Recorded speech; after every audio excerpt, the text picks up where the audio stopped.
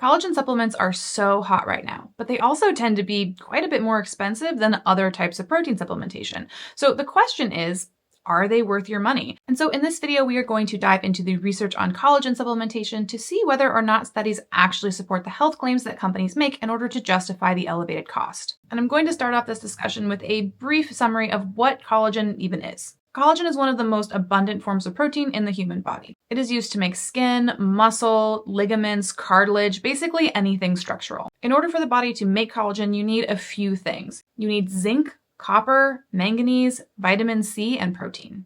And specifically, collagen's unique protein structure is made up of the amino acids proline, hydroxyproline, and glycine. And generally speaking, your body has no problem making enough collagen, but there are a few things that can affect collagen production. The first one is age. So as you get older, your body starts to break down collagen at a faster rate, and you also start producing less. Both smoking and being in the sun too much also affect our body's collagen stores and production capacity. And so what is the theory behind the benefits of collagen supplementation? And the argument that supplement companies make is that because collagen is so important for the functioning of several parts of the body, such as your skin and joints, that consuming collagen as a supplement will result in benefits in those specific parts of the body. Or basically that consuming collagen peptides will boost your body's collagen production. There is also often an implied message that it is possible for your diet to be collagen deficient, and therefore if you are not taking a supplement or getting enough collagen through diet, that you could be impacting your skin and joint health. However, none of these assertions are a given because our physiology and nutrient metabolism, generally speaking, don't exactly work like that. When you consume something like collagen, your body breaks that down into the smallest components possible so that those pieces can be used all over your body,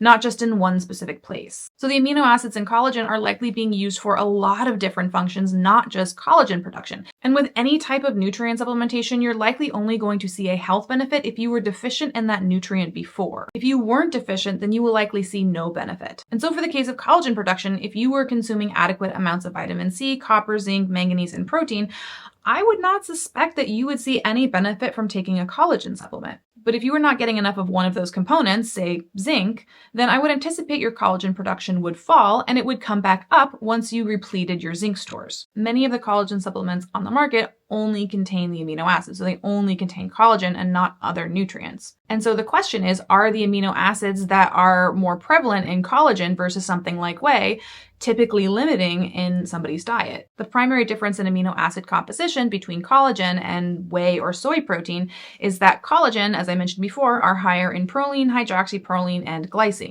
Glycine is a non-essential amino acid, which means that we don't actually need to be getting it from our diet, although it's very prevalent in most high-protein foods, and our bodies can make glycine from a lot of different other amino acids. Proline and hydroxyproline are also not essential amino acids. Our bodies make hydroxyproline from proline, and it makes proline from glutamate, which is a readily available amino acid in any protein-sufficient diet. You can also find hydroxyproline and proline in a variety of food sources. I did find an article from the Canadian Digestive Health Foundation that was saying that research shows that we might not actually produce enough of non-essential amino acids for optimal health. However, the research article that they cite to support this particular argument was one that was looking at the nutritional needs of livestock, namely chickens and pigs. And I wasn't able to find any other studies suggesting that somebody eating adequate protein should be concerned about non-essential amino acid supply. It is reasonable to assume that somebody may not be limited in the amount of collagen they can produce so long as they're consuming adequate protein in their diet. But that is an assumption, so let's look at the research on collagen supplementation to see if there are any substantial benefits. Now, I read a lot of studies for this, probably close to 75 to 100 studies. And so I'm going to do my best to be as entertaining and efficient with this breakdown as I possibly can. Now, the main health claims that are made about collagen supplements are that they can improve the look of skin, so they can boost hydration and reduce wrinkles, that they can help boost muscle mass, that they can improve joint health, particularly for osteoarthritis, and also that it can be very healing for the gut and improve digestive issues. So we're going to break down each one of those health claims, starting with skin health. One big category of research studies that I saw being cited by supplement companies in different articles were in vitro studies, where they were taking human cells and they were incubating them in a collagen-enriched solution. And indeed, those studies did show that when you bathe skin cells in a solution full of the building blocks of collagen, that it does stimulate collagen synthesis. But that's not exactly what happens when you consume a collagen supplement orally. As I mentioned before, the amino acids in a collagen supplement are going to be used throughout the body for a variety of purposes, and they're not going to be delivered in the perfect perfect ratio to your skin specifically. And so research like this really isn't good evidence to support oral supplementation. Now, when it comes to research that was done in humans, most companies and articles cited this meta-analysis of 26 studies, or they cited one of the studies that was included in this meta-analysis. And if you were to do a very surface level skim of this, then yes, it would appear that collagen supplementation does improve the hydration and elasticity of skin. However, let's take a closer look. First of all, the authors of the study conducted a bias risk assessment where they assessed whether or not there was concern for bias based on certain aspects of the study's methodology, namely how randomization was conducted, whether the study design was changed or altered during the study, if there was certain outcome data that was missing, and whether or not results seemed to be selectively reported. Based on this analysis, they concluded that 14 of the 26 studies were concerning for bias. The authors of this meta-analysis also note that most of the studies had very small sample sizes, which can increase the risk of bias in the results that they see. They also noted that almost none of these studies assessed lifestyle habits, which can be really large confounding factors. But outside of this bias analysis, there's actually a couple of other ways that research can be biased. The first one is industry influence. So I took a look at which of these 26 studies showed some evidence of industry involvement, whether that's having researchers on the payroll, conducting the study in-house, or being a primary funder. And here are the results. So only 3 of the 26 studies didn't have very clear and overt ties to industry, and of the 3, 2 of them were ambiguous because they didn't actually disclose where they got their funding from, and they were using a trademark supplement that had been used in other industry-funded studies. Now, just because a study was funded by industry doesn't mean that it was a bad study, but it does increase the likelihood of bias because you can design a study to find any conclusion that you're trying to publicize. But let's put a pin in that one because we're going to talk about study design in a second, and let's say that none of these 26 studies had any methodological issues. This degree of industry funding in a body of research is still problematic for bias because of something called publication bias. So basically, when a company funds research, they have a vested interest in the result of that research. And so if they fund a study that shows that their product was ineffective, they will often choose not to publish that study. And so if there are 26 studies funded by industry that show that collagen supplementation is the absolute tits, it is entirely possible there's an equally large body of research that was conducted showing that it's ineffective, but it just didn't get published. We just don't know, which is why having an entire body of literature on a particular topic being industry funded is a little bit sus. The second way that a study can be biased, and I will say this is the main trick that industry uses to get the results they want when they conduct research, is in control group selection. In a well-planned randomized control trial, you would want your control group or your placebo group to be identical to your treatment group in every way except for the one thing that you are trying to investigate. So in this case, we would want the only difference between treatment and control to be the inclusion of collagen. Let's see how many of these studies failed to do that. So 12 of the 26 studies included some other ingredient outside of collagen in their treatment product. And the ingredients that were included were nutrients that are known to affect skin quality, such as zinc, vitamin C, vitamin E, biotin, etc. So we just don't know if the beneficial effects seen in the treatment group are because of collagen or if it was because of one of the other ingredients in that product. And I will say from a nutrient adequacy standpoint, it is a lot more likely for somebody to be low in vitamin E or zinc than it is for them to not be getting enough protein. So overall, does collagen supplementation help improve the appearance of skin? It's possible, but the body of evidence that exists to support it is really sketchy, and even then, the effect is probably very small. You will likely see a much bigger impact on skin quality if you drink enough water, if you have an antioxidant rich and vitamin C rich diet, and if you always wear sunscreen. All right, so let's move on to the next health claim, and that is that collagen supplementation can help boost muscle mass. The companies and articles that advertise this particular benefit typically cite one of 2 studies, and I was able to find a third one that also supports this particular point. And it's no surprise that all 3 of these studies were funded by industry and their study design was almost identical. They instructed participants to drink either 15 grams of collagen protein or a placebo every single day, and to drink that supplement within 1 hour of resistance training on the days that they were scheduled to work out. All 3 of them use silica as a placebo, which is not an appropriate placebo if what you're trying to figure out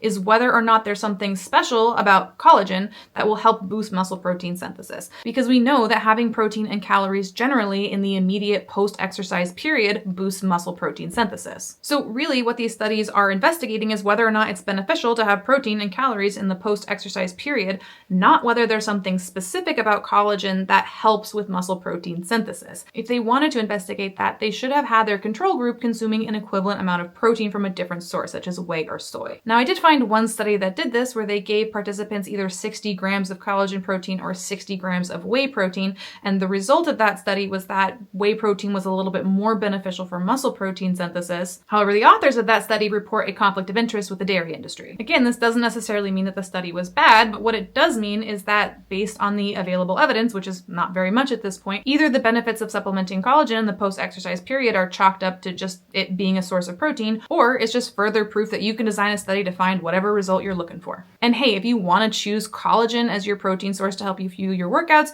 you are more than welcome to spend 2 to 5 times more for a protein powder that doesn't even have a complete amino acid profile, because collagen, and by extension gelatin, is the only food that actually completely lacks an essential amino acid. Now, before I move on to the health claim that probably is the most legitimate when it comes to health claims made about collagen, I have a quick favor to ask. I feel like I have reached the end of good television, and I am just about done rewatching Taskmaster, and all of the lists I find for good shows to watch are just roundups of shows I've already seen. I cannot find anything that sounds appealing, so help a girl out and throw in the comment section below what shows you guys are really loving these days. Thanks! All right, on to the next health claim. So the other big health claim that is made about collagen supplementation is that it is really good for the joints and it can be really helpful for people who have osteoarthritis. Most of the sources that I found that are discussing this benefit either cited this one review paper or cited one of the studies included in this review paper of 23 studies. So let's take a look. Right off the bat, it's important to note that this review paper was written by employees of a supplement company. Although in looking at the studies reviewed in this paper,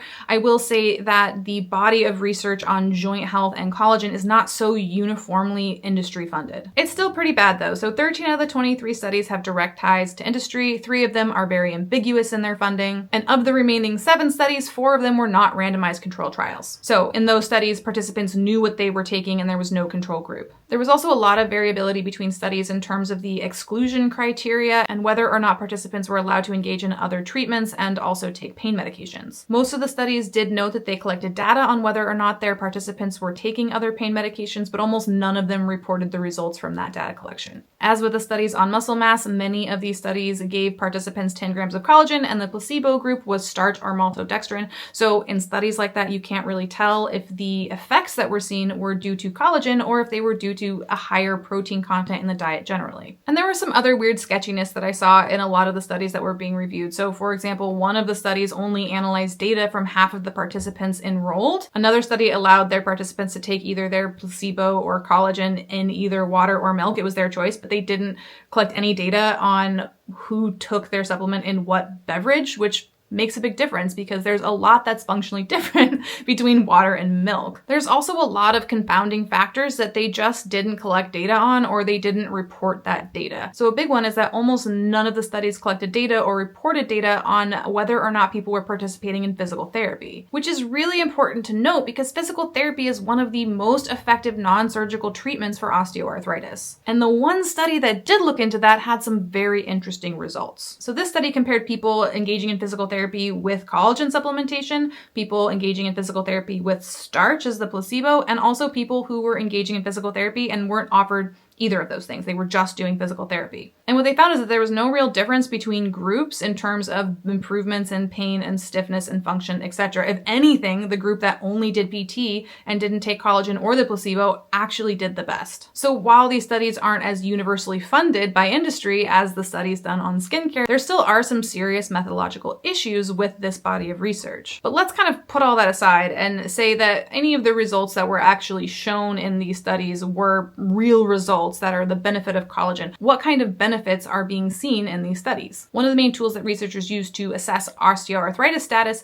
is something called WOMAC, which is basically a series of questions that ask people about their pain levels in different situations. And people will rate their pain on a scale from 0 to 4, with 4 being the most extreme pain. So a maximum WOMAC score would be 96. In most of these studies, the average starting WOMAC score was around 55-ish. Of the 3 studies that actually reported total WOMAC scores and saw an improvement in osteoarthritis outcomes, the average improvement in WOMAC score compared to placebo was about 10. In addition to these 3 that showed a benefit, there was also one study that showed statistically no difference between treatment and control group, and another one that showed that the placebo did better than the collagen group. 5 other studies did measure WOMAC scores, but they reported them in a really weird way. So one of them reported them in percent change in WOMAC scores and didn't actually provide the data of the actual WOMAC scores. And a couple of them only reported p-values and no actual raw data. So let's say that a 10-point drop in WOMAC scores is the best that you can anticipate. How does that compare to other treatments for osteoarthritis? So in looking at all of these studies that investigate the efficacy of different treatments for osteoarthritis, it seems that the range in WOMAC score improvement is somewhere between 13 and 35 points. And that's for treatments such as steroid injections, physical therapy, ibuprofen, paracetamol, those sorts of things. So in comparison, the benefit from these likely biased studies is lower than for most of the other treatments available. So it's certainly not the holy grail for joint health. On to the last benefit, and that is gut health. Now in this section, I'm also going to be talking about bone broth because one of the primary reasons why bone broth is supposed to be beneficial is because of its collagen content. Now, bone broth is the darling of the alternative medicine world, and it is so heavily recommended as a modality to heal the gut that it is often one of the main reasons why vegans who are having digestive issues ultimately leave veganism. But is there any evidence that bone broth or collagen supplementation is beneficial for the gut? Most articles touting the gut health benefits of bone broth and collagen supplementation cite zero research to support that claim. And the reason for that is because there really isn't much research to support that claim. At least none that's done in humans. So the few sites that do cite research cite a few different categories of studies. The first category are rat studies, and specifically they are rat studies looking at the potential benefits of gelatin, collagen, or bone broth for colitis. And this is not good evidence for a few reasons. The first is that we are not rats, and it is not uncommon for effects seen in an animal model not to translate when that exact same intervention is tested in humans. And so you really can't use animal studies to justify any sort of recommendation, either general recommendations or especially clinical recommendations for human beings. And it is wild to me how many people in the alternative medicine sphere support their recommendations with evidence like this. Like, imagine if the COVID-19 vaccine had only been tested in rats. No one would trust it, and for good reason. And yet there is a large overlap between people who don't trust vaccines, even though there is a lot of wide-scale human research to back up the efficacy and safety,